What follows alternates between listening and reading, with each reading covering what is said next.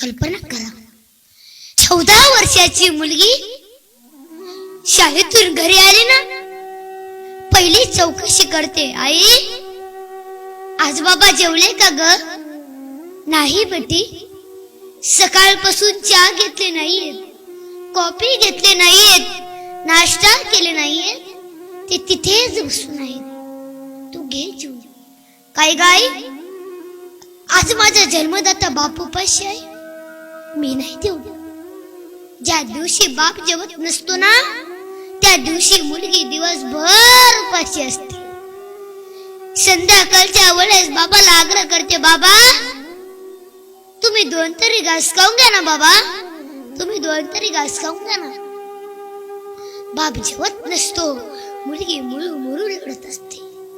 संध्याकाळच्या 11 वाजू देते, अख्ख्या घराला झोपू देते आणि आपल्या बापाच्या खोलीत जाते. बापाच्या तोंडावरच पांघरण करते. बाप डोळे उघडून पाहतो तर काय, मुलगी आहे.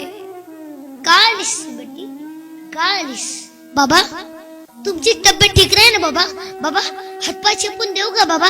बाबा डोकं दाबून देऊ का बाबा? बाबा खायला करून काय देऊ का बाबा? डॉक्टरांना बोलून आणू का बाबा? बाबा अख्ख्या घराची काळजी करते ती मुलगी फक्त बाबा. बाप लढत उठून बसला, मुलीला कवटाळला. मुलीने विचारलं, का लढता बाबा, का लढता? बेटी जेव्हा माझी माय मेली ना, तेव्हा मी 2 वर्षाचा होतो. तेव्हापासून मला सुख भेटलं नाही बेटी. तू कधी कधी येतीस, माझ्या तोंडावर हात फिरवतीस, मला असं वाटतं की पांडुरंगा तू माझी लेक नाहीये, तू माझी मायच माझ्या पोटी जन्माला आली की काय. म्हणून मुलीचं लग्न झालं त्या वर्षी बापाचं वय 50 असू द्या, मुलगी सासरला नांदायला जात असते ना, 1 वर्षात बापाचं सरकार दिसतो.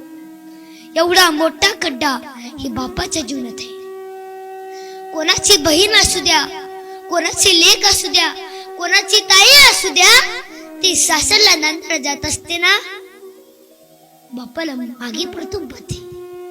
1 पाऊल पुढे टाकते आणि मागे परतून पाहते, 2रा पाऊल पुढे टाकते आणि मागे परतून पाहते. म्हणून कन्या सासू राशी जाय, मागे परतून पाय, कैसे झाले माझ्या जीवा, केव्हा भेटशी केशवा. निस्वार्थ प्रेम मुलगी बापावरती करत असते.